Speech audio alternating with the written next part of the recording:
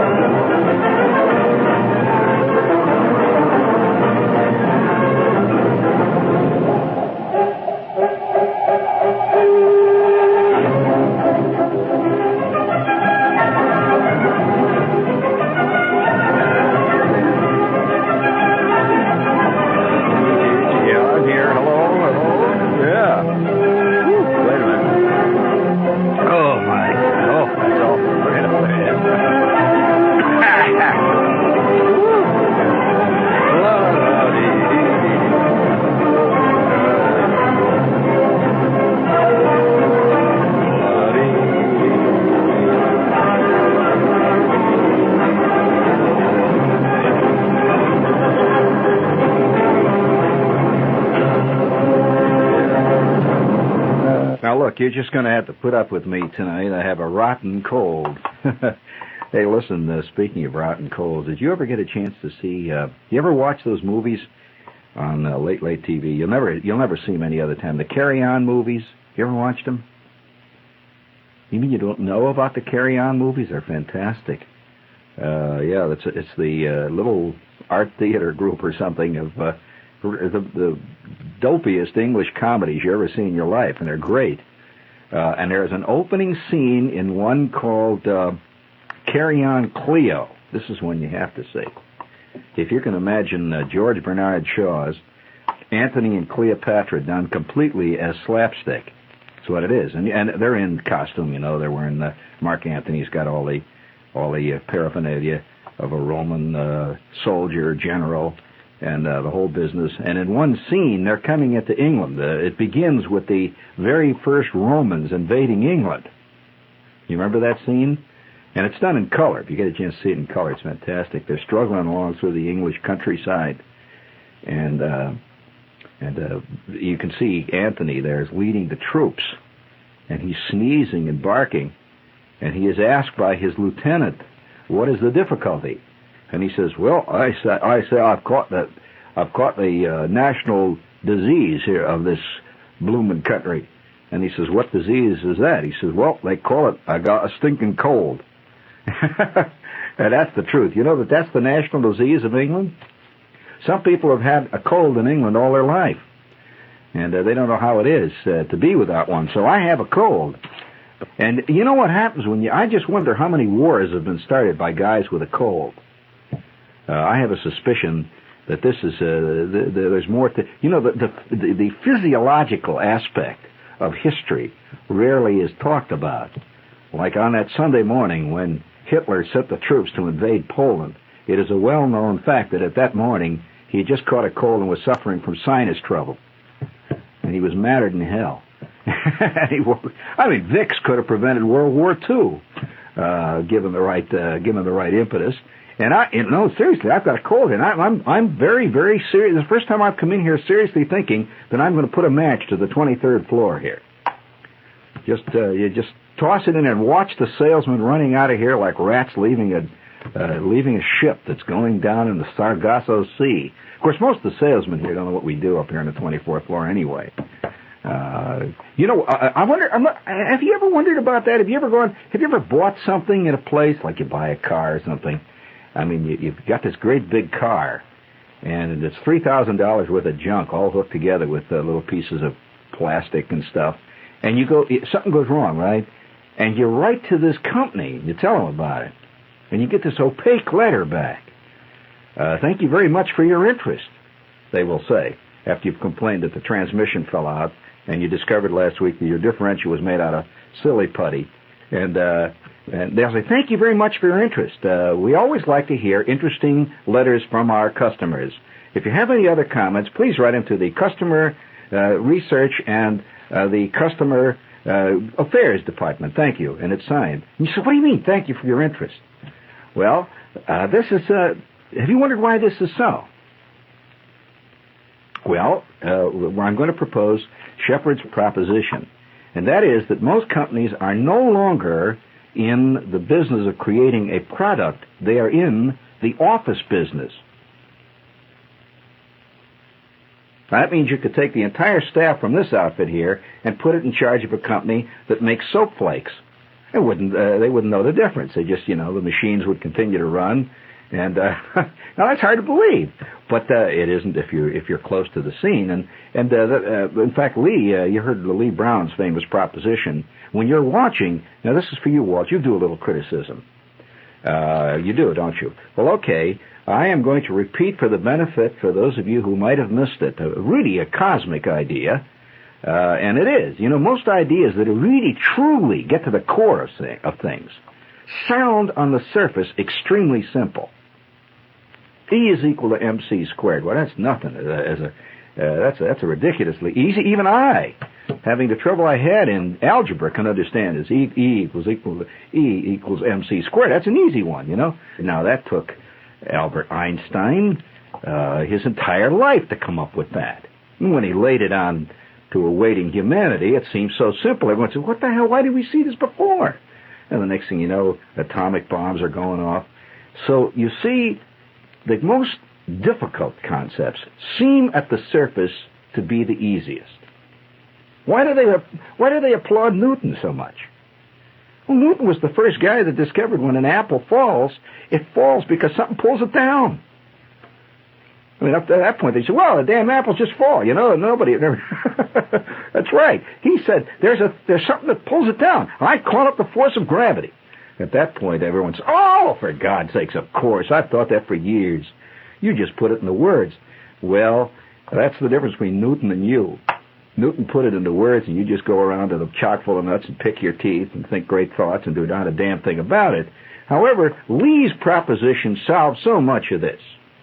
And I'm just going to repeat it for the benefit of those of you who might have missed it, because we've got a great deal of, a tremendous amount of mail on it. How many times have you watched a television show, especially a horror show? And, there's the great monsters hiding in the wall with the claws that come out. It's got these two ping pong balls for eyes, and they hear these mysterious sounds down in the cellar. And for some reason, known only to himself, the hero leaves the girl alone and goes out searching for something with a candle. And you say to yourself, why the hell's he going? That thing's going to get her now. You wonder why he did it, right? Nobody would do that in real life. There's where Lee Brown's proposition enters. Now, take Adam 12. You see these two clouds driving around, these two klutzes driving a car around, and they're supposed to be, they get a call. They're going to break up a robbery, right? So it's a robbery now in process at 4th and La Brea, right? Well, what do? Turn on the siren. Therefore, letting the guys that are doing the robbery know that they're coming, and they let them know for blocks in advance. Why did he do this? Would anyone with his right mind working do this? Yes, under one set of circumstances. And this is where Lee Brown's proposition comes in. Lee Brown's proposition reads this way: because it is a movie. Now wait, that sounds simple. No, it is not. In other words, all of our artworks have lives of their own that have nothing to do with existence and rational behavior, because it is a film. That's why she didn't call the police. when that big gray slimy monster was crawling around on the outside with the ping pong balls for the eyes? Because it is a movie. Simple enough. Now that fits other things too.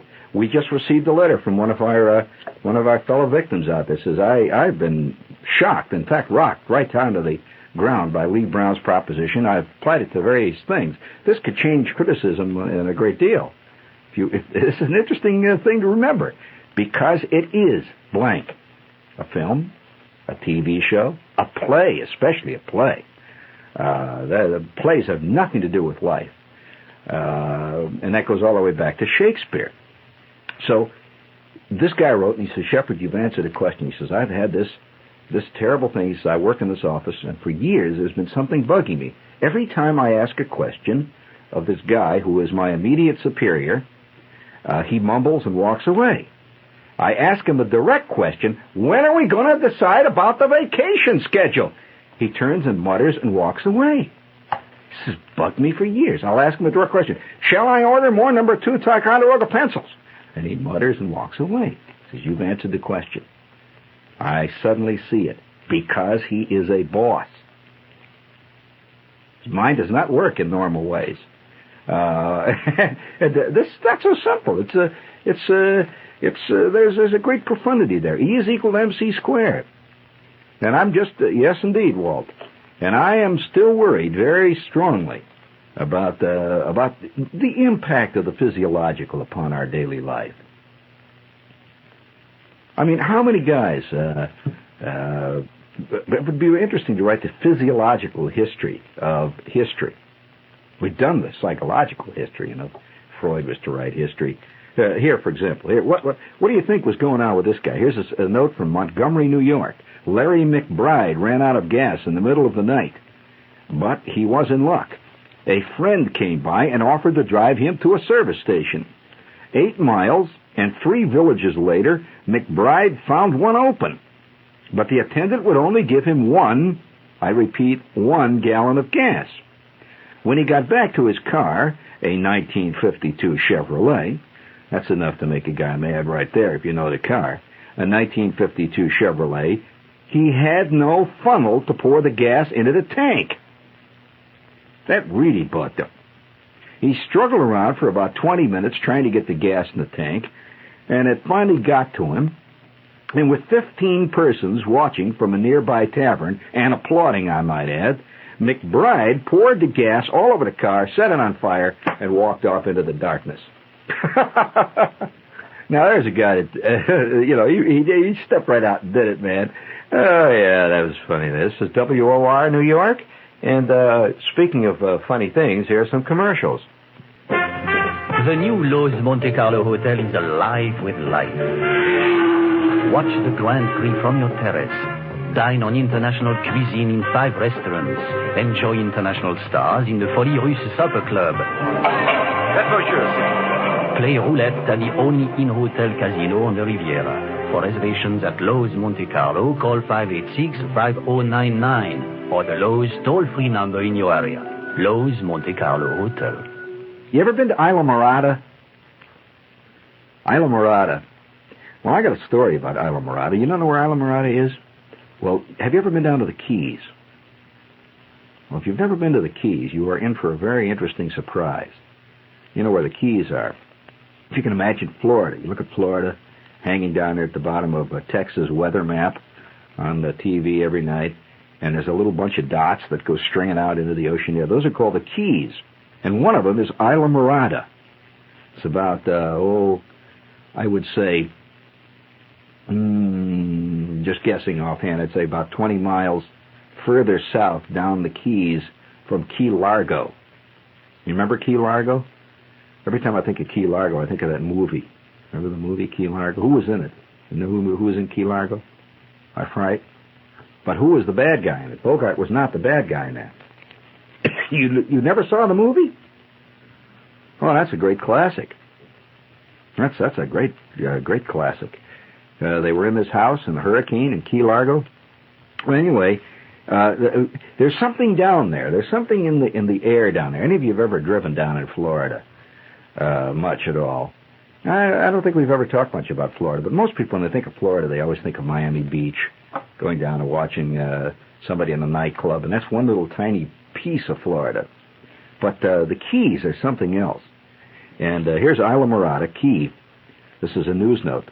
3,000 motorists were stranded in the Florida Keys by a truck wreck on the Overseas Highway Bridge. Now, that's a highway. You know, the highway goes all west. You can drive out of Miami, which is a big city, and drive south on US 1. And as you drive south, you just start going over water. Literally what happens. Next thing you know, you're in Key Largo. You just keep driving, and it's about 175, 180 miles over water. It's a fantastic drive. You go from key to key until finally you reach the end, which is down in Key West. That's the last key, the southernmost part of the United States. But this is a road. You've seen it in TV commercials a lot. Well, there was a wreck on the highway there here a couple of days ago. A truck flipped over, and there were 3,000 cars stranded, just sitting there in the sun. Now remember, this is Florida. This is not the Long Island Expressway. Now there's a certain nuttiness in Florida, as is the case in all tropical places. And they're sitting there in the sun, 3,000 cars. That's a lot of cars in a line. When all of a sudden, Dee Bernardo,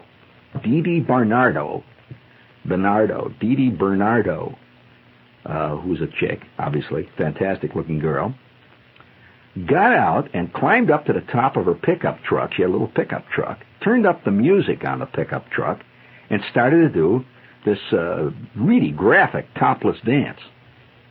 Well, everybody's cheering, see? And so time went on. Dee Dee turned up the radio on the camper, and she was wearing only her cut-off jeans and a very large smile, and everyone was cheering. After that, the driver of an ice cream truck walked down the line of cars, began to sell fudgies and creamsicles and all that sort of stuff. And then there was a guy had a camper and another one with a chauffeur-driven limousine. Both of them had bars in their things, and they started to pass out drinks. Well, the party was getting going.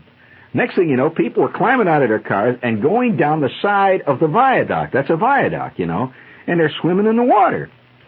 In the beaches, beach parties broke out all up and down the long line of cars, and a guy suddenly arrives, who incidentally was already in the crowd. It seems that there was a bait truck in the crowd, and he started to hand out shrimp and mullet to anyone who had a fishing rod, because the damn stuff was getting hot in the sun anyway, so he starts to hand out the bait. So the next thing you know, all these people are fishing off the bridge and dancing and singing, drinking a beer down in the water.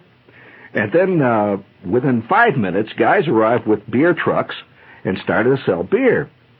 Well, this took 7 hours. And for 7 hours, the people were having this fantastic time. By that time, Dee Dee Bernardo had a fantastic sunburn.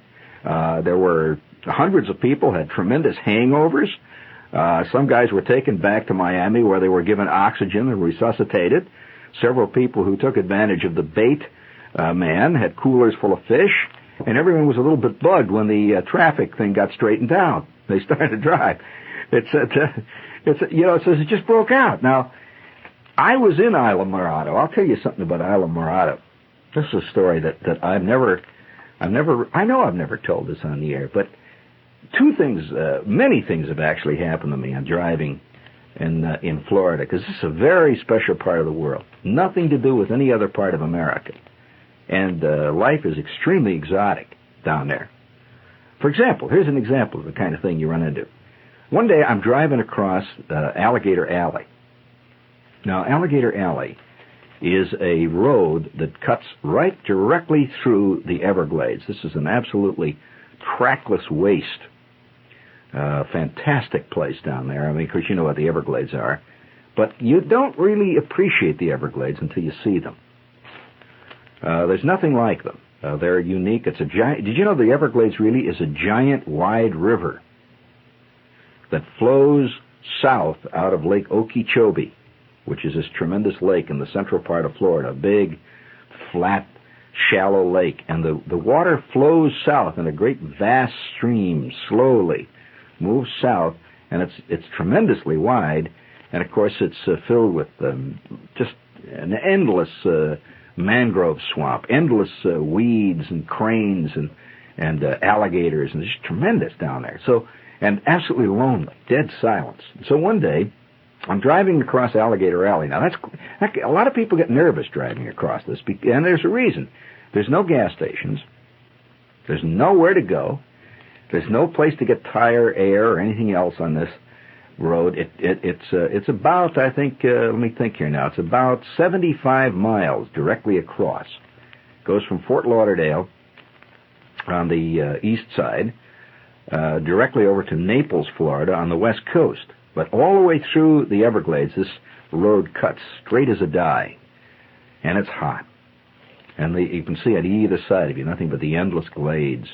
But anyway, on this day, I'm driving along the glades, the Alligator Alley there, and I'm all alone, driving along, when all of a sudden my car started to heat up, the car that I was using, halfway across. And it's really hot. And it's up by the danger sign, see, so I said, I better let this darn thing cool off, and I better get some water in this thing. Well, there's water in the glades everywhere, see, so I just pulled off. There was a little exit, emergency pull-off. No exit, but an emergency pull-off where you can pull off, and had these little concrete tables and nothing but gravel there and the glade water. So I pulled off, and I was the only car there. And I pulled into this little gravel spot, and I walked down to the bank of the Everglades, and I found a bottle laying around there somewhere, a Coke bottle or something, and I scooped up some water. And I'm coming back, pouring, and by the way, when I walked down there, all these fish, this is fresh water, of course, all these fish were floating near the shore, and as I walked down, absolutely silent, you could see them all moving in a big school away from me. And there were cranes and herons standing. And I scooped up the water, came back, and put it in the radiator, and I was waiting for the car to cool off. When all of a sudden, I see coming over the horizon, I see a battered white Buick, and it's really battered. It's covered with this kind of yellow clay, and he's coming over the horizon, just booming along, and it looks like he's trailing a trailer of some kind, and he pulls along right opposite the cutoff, and he turns in, pulls down way at the other end, and I'm looking down at him. He's got this trailer. It isn't actually a trailer. It's a couple of wheels is what it looked like on the back of his car with some long flat things, strange-looking stuff in the back there. And I kind of wandered over towards this guy. We were the only guys. There's absolutely nothing but silence there. And I wandered over towards him, and he had gotten out and was checking this trailer. I walked over towards him, and at first I thought he was towing a glider. You ever seen gliders that people tow at the back of their cars? You ever seen this? Because it looked like a folded-up glider at first. And I walked over to the thing, and I said, hey, I immediately, as soon as I got up to it, I saw it was not a glider, but it had something to do with aircraft. And, I could see what it was. It looked like two wings he had, two tremendous wings. But they weren't wide enough for wings, but they were definitely aircraft equipment. This tall, skinny, bronze, red-faced guy who obviously was a Florida Glades type, wearing chino pants, kind of mean look in the eye. I walked over and I said, what do you got there? I said, I thought you had a glider there first. I had to put him on his ease. I said right away, I said, I'm a pilot. It's okay, so I know something about it. And he said, oh, you're a pilot? And I said, yeah. He said, I got a pair of ailerons here. I said, ailerons? You know what ailerons are, don't you? Well, ailerons are the big flap-like things that you see on airplane wings. When you're riding in an airplane and these things come down, there are two things on the wings. There's the flaps and the spoilers and the aileron. The aileron are what give the airplane its maneuverability. So, anyway, he says, I got a pair of ailerons. Now, you won't see this kind of stuff on 6th Avenue in New York. I says, you got a pair of ailerons. I says, what in the hell is that from? That's an awful big airplane. He says, yeah. He said, I got an old C-47. That's a DC-3. You know what a DC-3 is.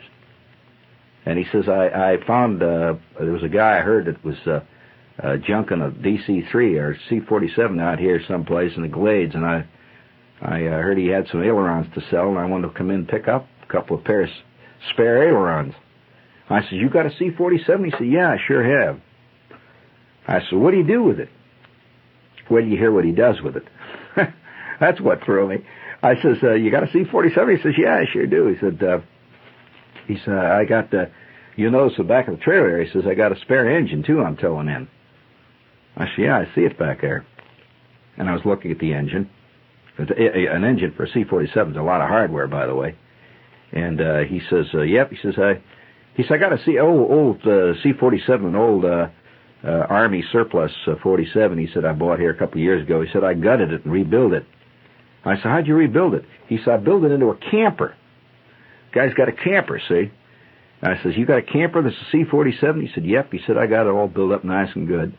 He said, I go out. He says, I fly it up once in a while up to Canada, and I hunt wolves and stuff.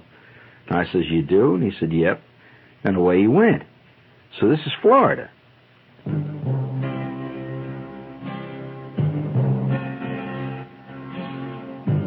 Someday you'll Oh, come on, sing it, gang. Let's hear it. Someday You're just gonna give in. Sooner or later. You'll own Generals. With so many new kinds of tires coming out, and so many claims being made about tires, maybe you're a little puzzled about making the right choice. Well, we have the solution. Just go out and buy General Tires. That's all. Sooner or later you're gonna do it. The General Tire Specialist, he'll help you put the right tires on your car. If you need new tires, he'll be glad to spend a few minutes explaining which General Tire is best for you, your driving, and your budget. Your General Tire Specialist is one reason why, sooner or later, you'll own Generals. Look them up in the yellow pages. And sing it out. Later, you'll own Generals. Sooner or later, you'll own Generals. Now, talking about Islamorada, I had a day, one of the unforgettable days I've ever had in my life in Islamorada, which is what I was reading about where the traffic jam happened.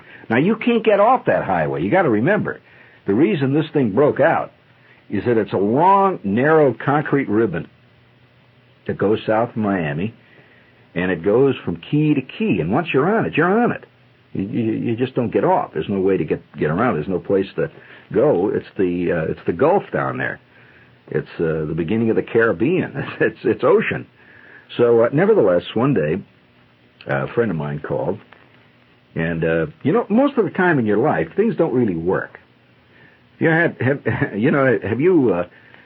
talking about you go to a ball game, we'll say, for the first time you go to a ball game, and somebody hits a fly ball right in your hands.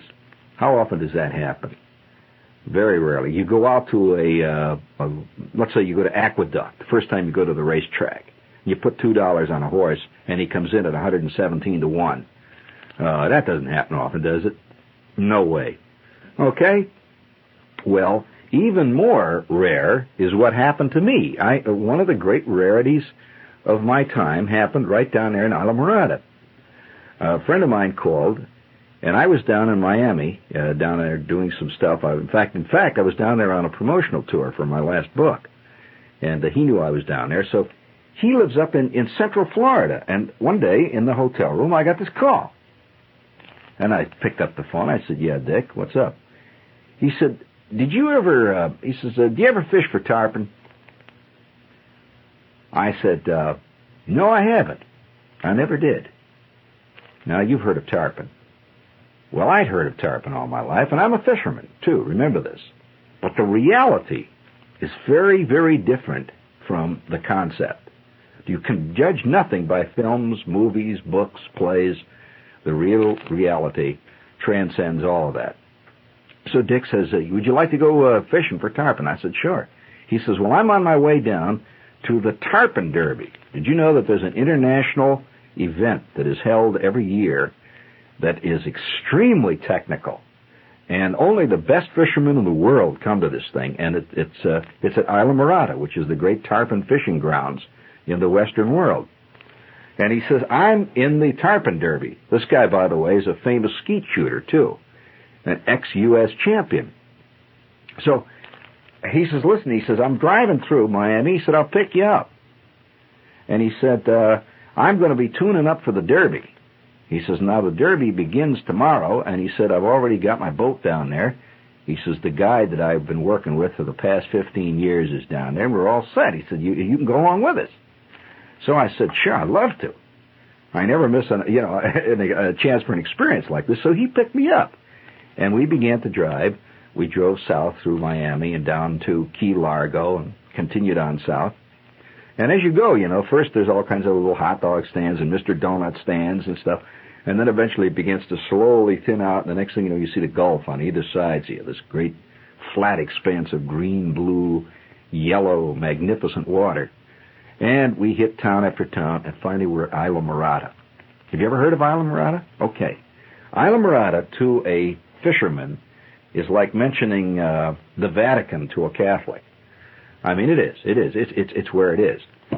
So I had never done this before, and I didn't realize what I was getting into. So he said, look, he said, I'll get you some equipment here. He said, but this is very technical fishing. And he said, all the tournament fishing, the tournament gear that we use, everything is very carefully weighed and measured. They use special leaders.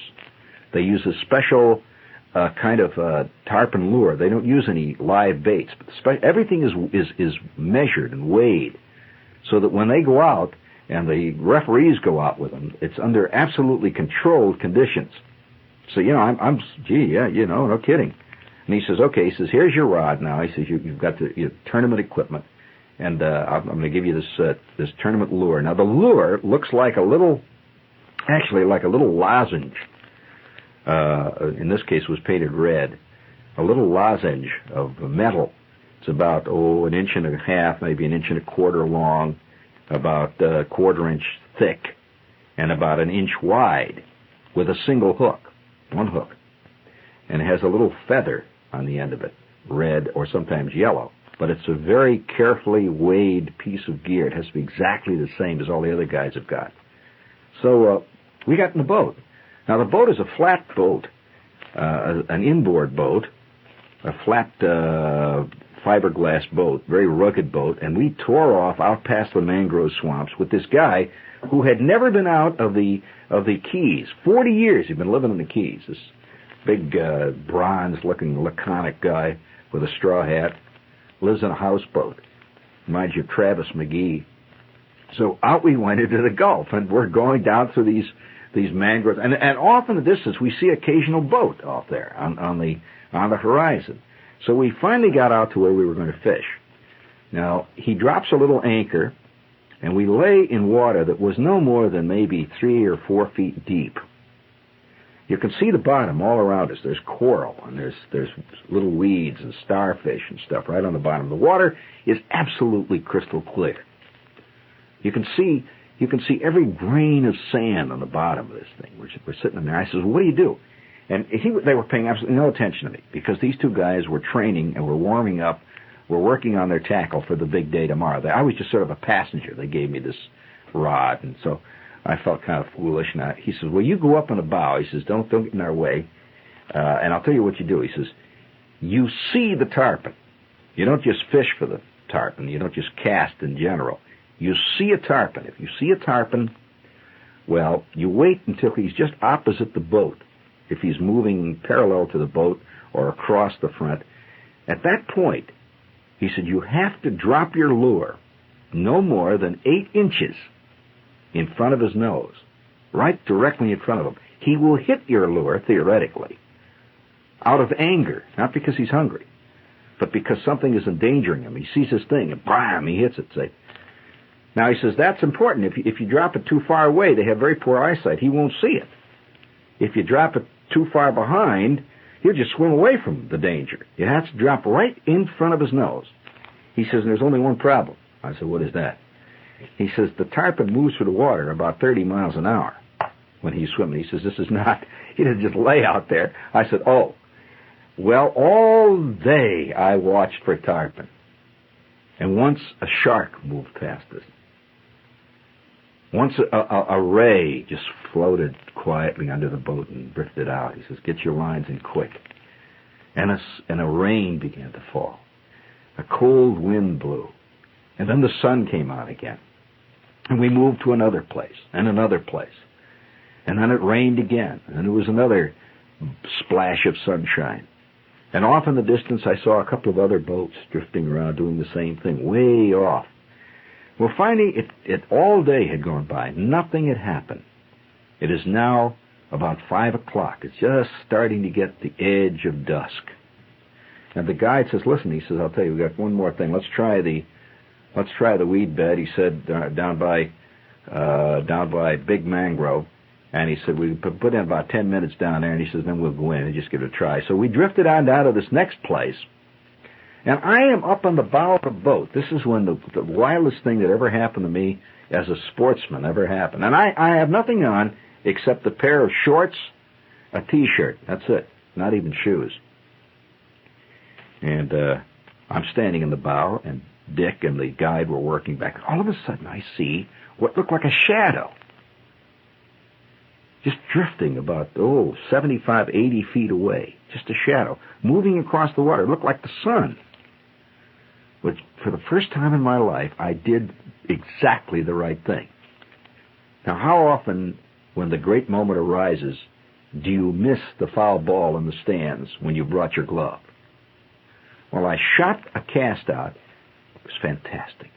That thing hit the water about 7 inches ahead of that thing's nose. It just went a little splat, and it was an instant, just a brief instant, when the bait hit, sent out a little shower of water, and boom, he hit.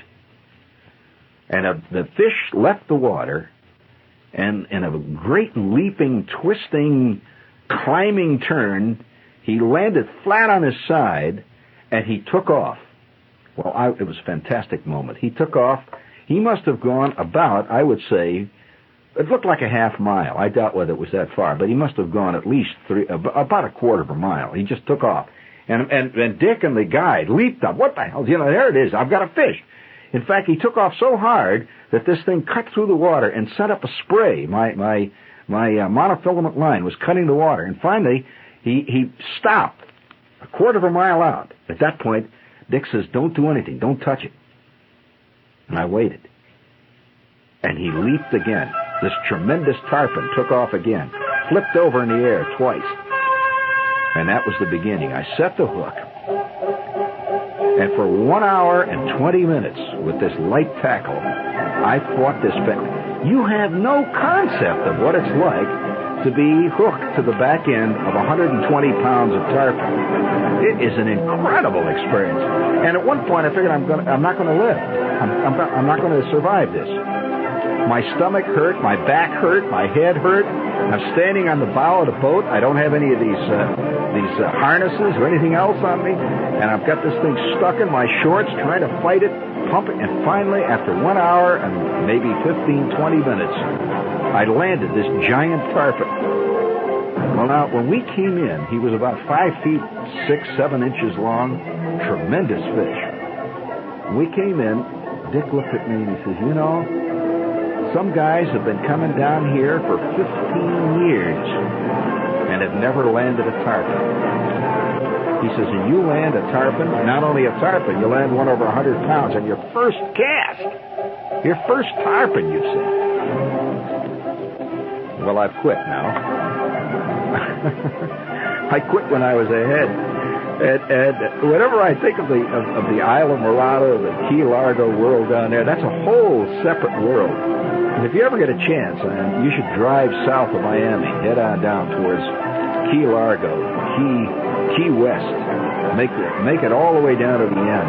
That's a whole different world. This is Hemingway world, In fact, Hemingway made Key Largo famous until Truman came along.